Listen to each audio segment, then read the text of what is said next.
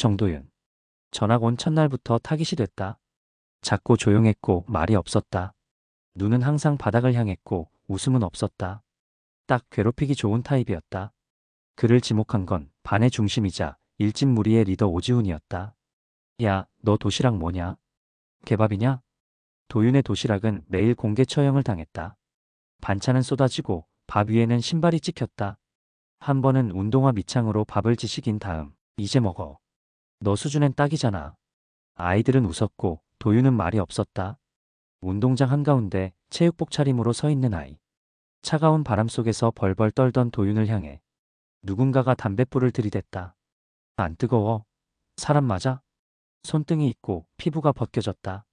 하지만 그는 소리를 내지 않았다. 그 침묵이 아이들의 잔인함을 더욱 부추겼다. 수업 중 칠판엔 항상 도윤을 겨냥한 낙서가 있었다. 도둑, 변태, 찌질이. 심지어 오지훈 무리가 교실 창문을 깨고 그 죄를 도윤에게 뒤집어 씌운 날도 있었다. 담임은 따졌다. 정도윤, 너 또야? 너 요즘 왜 그래? 그 순간에도 도윤은 그저 고개를 숙였다. 어느 날 어머니가 학교에 찾아왔다. 피멍든 아들의 팔을 보여주며 담임에게 말했다. 얘가 요즘 악몽을 꿔요. 팔이 이래요. 복도에서 지켜보던 오지훈은 비웃었다. 촌년 냄새. 저게 부모냐? 그날 밤 도윤의 어머니는 학교 앞에서 쓰러졌다. 도윤은 택시비가 없어 어머니를 등에 업고 병원까지 걸었다. 아무도 몰랐다. 아무도 관심 없었다. 졸업식 날 도윤은 조용히 졸업장을 받았다. 사진도 꽃다발도 없었다. 교실 구석에 앉아있던 그에게 오지훈은 마지막 말을 남겼다. 사회 나가도 내 자리는 바닥이야. 절대 기어오르지 마. 그 말에 모두가 웃었다. 그리고 시간이 흘렀다. 오지훈. 현재 중견기업 마케팅 과장. 윗사람에겐 아부, 아랫사람에겐 폭언. 출근은 늦고 퇴근은 빠르지만 술자리에만 나가면 칭찬이 끊이질 않는다. 후배들은 그를 싫어했고 선배들은 그를 착한 놈이라 불렀다. 그는 그렇게 지금껏 단 한 번도 과거를 돌아본 적이 없었다. 정도윤이라는 이름은 그의 기억 속에서 사라진 지 오래였다. 그리고 어느 날 사내에 긴급 공지가 떴다. 대표이사 교체 공지. 외부 인사 부임 예정. 본사 대회의실. 내일 오전 10시 전 직원 대기. 직원들 사이에서 웅성임이 일었다. 인수 들어오는 거 아냐? 설마 구조조정? 오지훈은 비웃었다. 뭐 어쩌라고. 나는 상무 라인 있는데. 그날 밤 그는 맥주를 마시며 여느 때처럼 TV를 틀었다. 웃고 떠들며 유튜브를 보며 잠들었다. 아무 불안함도 아무 생각도 없었다. 다음 날 그 앞에 누가 나타날지는 그는 상상조차 하지 못했다. 아침 9시 58분. 본사 대회의실은 숨막히는 긴장감으로 가득했다. 직원들은 죄다 양복깃을 만지작거리고 서류를 꺼냈다 넣었다 반복하고 있었다. 오늘 대표 바뀐다며? 분위기 왜 이래? 인수 들어온다더라. 본사에서 잘린 애도 있다던데. 웅성임은 점점 커졌고 팀장급 간부들까지 자세를 고쳐 앉았다. 그 가운데 오지훈 과장은 입을 쩍 벌리고 화품을 했다. 웃기고 있네. 누가 와도 별거 없어. 내가 누군 줄 아냐? 상무 형님이 뒤에 있는데. 그리고 문이 열렸다. 딱 하는 문소리 하나에 모든 고개가 일제히 돌았다. 한 남자가 들어섰다. 검은 수트, 단정한 헤어, 왼쪽 가슴에 작은 배지 하나. 그는 천천히 걸어 들어와 회의실 정면에 서서 마이크를 집었다. 안녕하십니까? 오늘부로 HN코퍼레이션 대표이사직을 맡게 된. 그는 잠시 말을 멈췄다. 그리고 아주 또렷한 목소리로 말했다. 정도윤입니다. 공기가 멎었다. 아무도 말이 없었다. 숨도 크게 쉬지 못했다. 그 순간 한 사람의 표정이 완전히 굳어졌다. 오지훈. 입꼬리가 떨렸다. 손가락이 책상 위를 긁었다. 눈동자는 크게 흔들렸고 식은땀이 목을 타고 흘렀다. 하지만 대표는 아무런 감정도 없는 얼굴로 천천히 말을 이어갔다. 앞으로 HN은 성과 중심의 합리적 시스템으로 개편될 예정입니다. 불합리한 평가, 위계, 권력형 괴롭힘은 용납하지 않겠습니다. 그 말이 떨어지는 순간 회의실 여기저기에서 숨을 삼키는 소리가 터졌다. 도윤은 연단을 내려오며 오지훈과 정면으로 눈이 마주쳤다. 그 눈빛은 차가웠다. 하지만 흔들림은 없었다. 오지훈은 무의식적으로 뒷걸음질 쳤다. 마치 뭔가를 떠올릴 듯. 하지만 곧 고개를 저었다. 아니야. 설마. 그럴 리가 없어. 그 찌질이가 이 자리에 있을 리가 없잖아. 도윤은 그를 잠시 바라보다 말없이 지나쳤다. 그 어떤 비웃음도 경멸도 없었다. 그저 무표정한 얼굴로 지나쳤다. 그게 더 무서웠다.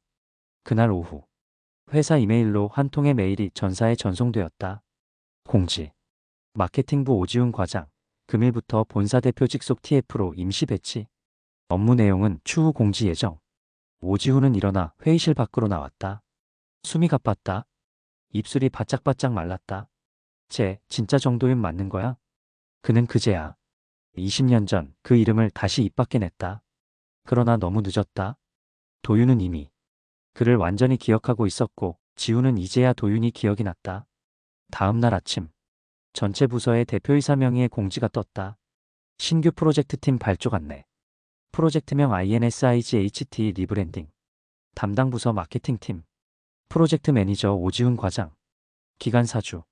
직원들 사이에 술렁임이 돌았다. 헐, 오 과장이 PM이야? 신임 대표랑 무슨 관계 있나 보네. 기회 잡은 거 아냐?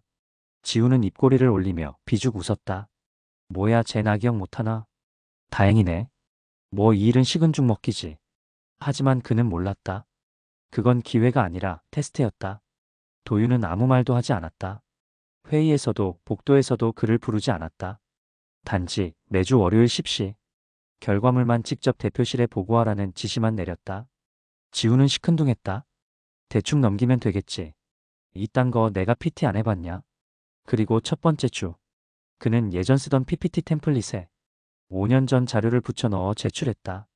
월요일 대표실. 이게 이번 주 결과입니까? 도윤은 고개를 들지도 않았다. 지훈은 머쓱하게 웃으며 말했다. 네, 뭐 일단 기본적으로 방향성 잡고 있고요. 아직 구체적인 건 팀원들이랑 조율 중이라. 이게 구체적인 게 없다는 얘기입니까? 도윤의 목소리는 낮고 단단했다. 아, 아니 그게 아니라 다음 주까지 제대로 된 내용 갖고 오세요. 오 과장. 그는 마지막 말을 또박또박 덧붙였다. 그땐 숫자로 설명해 주세요. 두 번째 주. 지훈은 대충 엑셀 차트 몇 개를 붙여갔다. 숫자는 틀렸고 시장 조사 내용은 포털 기사 수준이었다. 대표실 문 앞에서 대기하던 그에게 비서가 조용히 말했다. 대표님, 오늘은 일정상 보고서만 받으신대요. 대신 사인하시래요. A 사용지 한 장. 표지에는 이렇게 적혀 있었다. 업무 성과 평가 보고 동의서. 본인의 결과물에 대한 대표이사 1인 평가에 동의합니다. 그날 저녁 도윤은 혼자 회의실에 앉아 지훈의 보고서를 천천히 넘겼다. 그리고 마지막 장 결론 항목에 성과 미비 자료 부족이라고 쓰고 서명을 했다. 옆자리엔 인사팀장이 앉아 있었다. 이번 인사평가 자료로 포함하겠습니다. 도윤은 고개를 끄덕였다. 세 번째 주 지훈은 이제서야 허둥대기 시작했다. 팀원들을 밤새 붙잡고 자료를 뽑았고 심지어 외주 마케팅 업체에 의뢰까지 시도했다. 하지만 핵심은 빠졌고 방향은 흐트러졌다. 무엇보다 직접 하지 않았다. 도윤은 그것을 단 하나로 정리했다. 책임 회피형 관리자, 커뮤니케이션 불가, 실무 능력 전무. 마지막 주 지훈은 PT를 준비하며 떨고 있었다. 그는 처음으로 저 녀석 나를 기억하는 거 아니야? 생각했다. 아니, 그보다는 나를 무시하고 있는 게 아닐까. 그런 자존심 상하는 감정이 더 컸다. 그리고 그날 최종 보고가 끝나자 도윤은 단 한 문장을 남겼다. 당신, 이 프로젝트가 무엇을 위한 건지 진심으로 모르시는군요. 며칠 뒤 회사 전체에 인사발령 공지가 떴다. 인사발령. 오지훈 과장 마케팅 팀으로 부서 이동 및 직무 재조정. 성과 미달 및 전략 재배치 대상자. 지훈은 멍해졌다. 자리에서 일어날 수조차 없었다. 왜 나만? 도대체 내가 뭘 그렇게 잘못했다고. 그 순간 마케팅실 TV에 신임 대표 인터뷰가 흘러나왔다. 회사는 기회를 줍니다. 하지만 그 기회를 책임지지 않는 사람에겐 아무것도 돌려줄 수 없습니다. 도윤의 말이었다. 지훈은 멍하니 화면을 보았다. 그 눈빛이 떠올랐다. 교실 뒤편에서 맞고 서 있던 그 아이. 그 눈빛, 그 침묵, 그 분노. 바로 그 눈이었다. 마케팅 2팀. 원래 마케팅부의 실무를 담당하던 부서. 하지만 누구도 오지훈이 그곳으로 올 줄은 몰랐다. 지하도 아니고 외곽도 아니었다. 그냥 아무도 관심 갖지 않는 부서였다. 지훈은 그곳에서 이전과는 비교도 안 될 정도로 사람 취급을 받지 못했다. 보고서 제출 시간도 본인이 직접 맞췄고 출장도 직접 준비했고 심지어 프린터가 고장나면 직접 뚜껑을 열었다. 팀원들은 아무 말도 없었다. 도와주는 척도 안 했다. 점심시간. 구내식당에서 그는 혼자 앉아 밥을 먹었다. 지나가던 후배 2명이 속닥였다. 오 과장님, 요즘 진짜 꼴 좋다.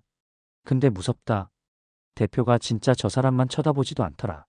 뭔가 과거에 있었던 거 아냐? 지우는 수저를 내려놓고 고개를 들었다. 그리고 그 순간 자신이 고등학교 때 저지른 일들 중 한 장면이 스쳐갔다. 운동장. 눈이 내리던 날. 누군가에게 체육복만 입힌 채 창가에 세워두고 있던 장면. 그 손에 담뱃불을 들이대던 친구, 웃고 있던 자신, 맞고 있던 말없던 아이. 그 눈빛. 설마. 지우는 머리를 흔들었다. 아니야. 그럴 리가 없어. 그때 걘 대학도 못 갔을걸. 찐따였는데. 하지만 심장은 거짓말을 못했다. 불쾌한 기억이 어느 틈에 현실을 잠식하고 있었다. 그날 저녁. 지우는 술을 마셨다. 혼자였다. 회식도 초대도 없었다. 예전엔 항상 중심에 있었는데 지금은 누구도 그를 찾지 않았다. 전화기를 집어들었다. 연락처를 뒤지다가 정도윤이라는 이름을 검색했다. 수많은 뉴스 기사들이 쏟아졌다. MIT MBA 출신, M&A 귀재로 불리는 치능재계 인물. 정도윤 대표, 아동학대 예방 캠페인 후원. 고등학생 시절 괴롭힘 피해 고백란은 살아남았지만 잊지 않았다. 지훈의 손이 떨렸다. 그 기사 아래엔 도윤의 어릴 적 사진이 있었다. 교복을 입고 말없이 서 있던 아이. 그 순간 지훈의 뇌리에 번개처럼 스치는 장면. 졸업식 날. 뒤에서 그 아이의 귓가에 속삭였던 마지막 말. 넌 사회 나가도 바닥이야. 절대 기어오르지 마. 그 말이 그대로 돌아와 지훈의 목을 조여왔다. 다음 날 지훈은 대표실 앞에서 서성였다. 손에는 봉투 하나. 자필 반성문이었다. 몇 번이고 노크를 할까 말까 망설이다가 그는 문 앞에 봉투를 놓고 돌아섰다. 하지만 도윤은 그 종이를 펼치지 않았다. 그냥 쓰레기통에 넣었다. 사과는 가해자의 도구일 뿐. 용서는 피해자의 권리가 아니다. 도윤은 그렇게 지훈이 스스로를 찢어가며 무너지도록 내버려두기로 했다. 그리고 그날 도윤은 마케팅팀 전체를 호출했다. 이 프로젝트 초기부터 다시 재편하겠습니다. 그는 지훈의 이름을 딱 한 번 언급했다. 오 과장은 팀에서 배제하겠습니다. 내부 리뷰 결과 해당 수준에 부합하지 않다고 판단됩니다. 지훈은 그 말 하나에 숨이 막혔다. 입술을 깨물었고 손을 주먹 쥐듯 움켜쥐었다. 그러나 반론할 수 없었다. 그 누구도 그를 변호하지 않았다. 그날 밤 도윤은 혼자 회사 옥상에 올라섰다. 도시의 불빛 아래 자신이 살아남기 위해 얼마나 많은 날을 참아냈는지를 떠올렸다. 그리고 조용히 말했다. 이제야 균형이 맞춰지는 거다. 오지훈은 생각했다. 이 정도면 벌 받을 만큼 받은 거 아닐까? 내가 사과했잖아. 반성문도 썼잖아. 이제 용서해줘야 하는 거 아냐? 하지만 그건 착각이었다. 진짜 복수는 그때부터 시작이었다. 도윤은 인사팀을 불렀다. 지시사항은 간단했다. 오지훈 과장, 멘토링 프로그램 담당으로 전환하세요. 신입사원 교육 전담자로 맡기고 보고는 매주 저에게 직접 받겠습니다. 보고 대상은 단 한 명. 도윤 본인. 이건 신뢰가 아니었다. 감시와 굴욕을 동시에 부여하는 통제였다. 지훈은 당황했다. 날 신입교육 맡기신다고요? 팀장은 씁쓸한 웃음을 지으며 말했다. 그래 어디까지 하나 보자고. 기회라고 생각해. 이번이 마지막 일지도 모르니까. 신입사원 4명. 지훈이 통제하던 아랫사람들이 이젠 지훈의 성과를 평가하는 역할로 바뀌었다. 첫날부터 분위기는 이상했다. 오 과장님, 이거 방식이 너무 옛날인데요? 저희 세대랑은 좀 안 맞아요. 보고서 스타일도 좀 바꾸시는 게 어때요? 그 말들이 지훈의 자존심을 갉아먹기 시작했다. 하지만 그는 웃었다. 억지로 웃었다. 요즘 친구들 빠르네. 좋지, 배울 건 배워야지. 그러나 도윤은 그 모든 보고를 매주 꼼꼼히 확인했다. 그리고 아주 작게, 단호하게 메모를 남겼다. 후배 대응에 감정 억제가 부족함. 문서 정리 미숙, 기본 용어 오류 반복. 피드백 수용력 낮음. 이 메모는 다음 분기 인사평가에 직접 반영됐다. 지훈은 점점 몰리고 있었다. 신입들 사이에서도 뒤에서 험담이 돌았다. 오 과장, 솔직히 일개 못하지 않아. 왜 자꾸 감정적으로 말하지? 그래서 본사에서 잘린 거 아냐? 한 신입은 아예 도윤에게 메일을 보냈다. 비밀 건의사항. 오지훈 과장님과의 교육이 불편합니다. 피드백이 전달되지 않고 오히려 지적을 하면 표정이 어두워지고 위축됩니다. 도윤은 지훈을 불렀다. 대표실 오후 7시. 야근하던 직원들은 모두 퇴근한 시간이었다. 지훈이 문을 열고 들어왔다. 부르셨습니까? 도윤은 조용히 서류 하나를 꺼냈다. 신입사원들의 교육 피드백이 적힌 보고서였다. 보셨죠? 네. 이 피드백 20년 전 당신이 어떤 아이에게 했던 말이랑 똑같습니다. 지훈의 눈이 흔들렸다. 표정이 어두워진다. 소통이 어렵다. 시대와 맞지 않는다. 도윤은 고개를 들었다. 기억 안 나세요? 지훈은 말이 없었다. 내가 그때도 표정이 어두웠죠. 말이 없었고 눈을 못 마주쳤고. 그래서 당신은 매일 저를 때리고 조롱했죠. 지훈은 고개를 숙였다. 도윤은 말을 이었다. 근데 이상하죠? 지금 당신도 똑같은 말을 듣고 있잖아요. 차이가 있다면. 그땐 나는 아무 잘못이 없었고 지금 당신은 진짜 무능하단 겁니다. 지훈의 어깨가 무너졌다. 바닥만 보며 서 있었다. 그때 도윤은 작은 목소리로 마지막을 덧붙였다. 이건 시작이에요. 오지훈 과장. 앞으로 6개월 동안 난 당신의 인사권, 교육권, 평가권 모두 갖고 있습니다. 한마디 한마디, 한 줄 한 줄 당신 인생을 설계할 수 있다는 얘기죠. 이제 내가 조종할 차례입니다. 그날 밤 지훈은 빈 회의실에서 술을 마셨다. 혼자였다. 불도 켜지 않은 어둠 속에서 그는 처음으로 중얼거렸다. 이런 C-, 왜 이제 와서 난리야. 회사 복사실 안쪽. 오지훈은 불 꺼진 사무실 한켠에서 소리 없이 울고 있었다. 책상 위엔 쭈글쭈글한 종이 한 장. 자필 반성문이었다. 12번쯤 다시 썼다 찢었고 아직도 마지막 한 줄을 못 쓰고 있었다. 정도윤에게 진심으로 사과드립니다. 그 말이 도저히 손에서 써지지 않았다. 운동장 한가운데 체육복만 입은 아이. 겨울바람을 맞으며 떨고 있던 아이. 도시락을 밟고 뺨을 때리며 웃었던 자신. 칠판에 변태라 적고 아이들의 앞에서 그를 노리게 삼던 날들.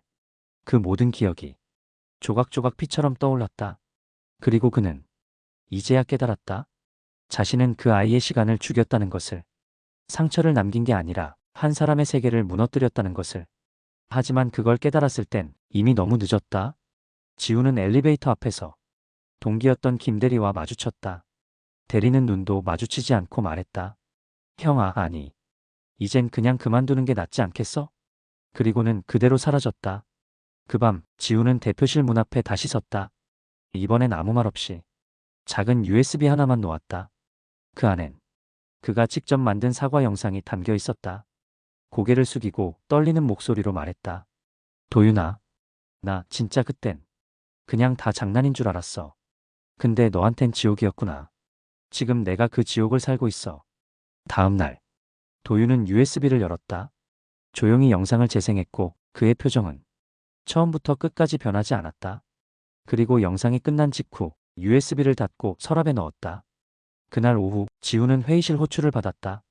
내부 윤리위원회 예비 면담이었다. 사유는 이렇다. 내부 미담 평가 기준 미달.